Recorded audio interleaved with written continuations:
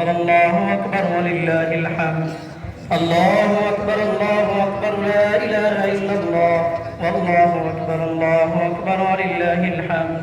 আমাদের সময় একেবারেই কম।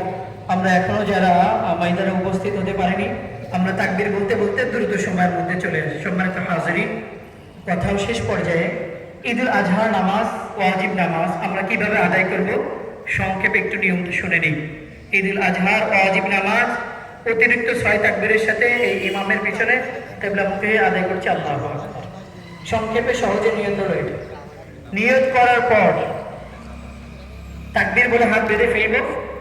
এরপর নামাজে যে সানা পড়ি, এই সানা পড়ব। সানা পড়ার পর আমরা 3টা তাকবীর বলবো, অতিরিক্ত 3টা তাকবীর। 3ও তাকবীরে আমরা হাত ছেড়ে দিব। হাত ছেড়ে দেওয়ার পর 3য় তাকবীরের পর হাত বেঁধে ফেলব। এরপর নামাজে যেরকম সূরা তেলাওয়াত পড়া হয় এইভাবে সূরা তেলাওয়াত পড়া হবে। রুকু সিজদা করার মাধ্যমে প্রথম রাকাত শেষ হয়ে যাবে। দ্বিতীয় রাকাতে উঠে দ্বিতীয় রাকাতেও সূরা ফাতিহার সাথে সূরা মিলানো হবে। সূরা মিলানোর পর রুকুতে যাওয়ার আগে অতিরিক্ত আবার 3টি তাকবীর বলতে হবে।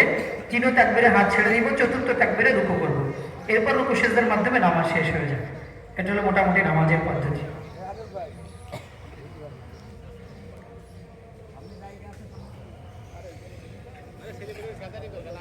আমরা এখনো যারা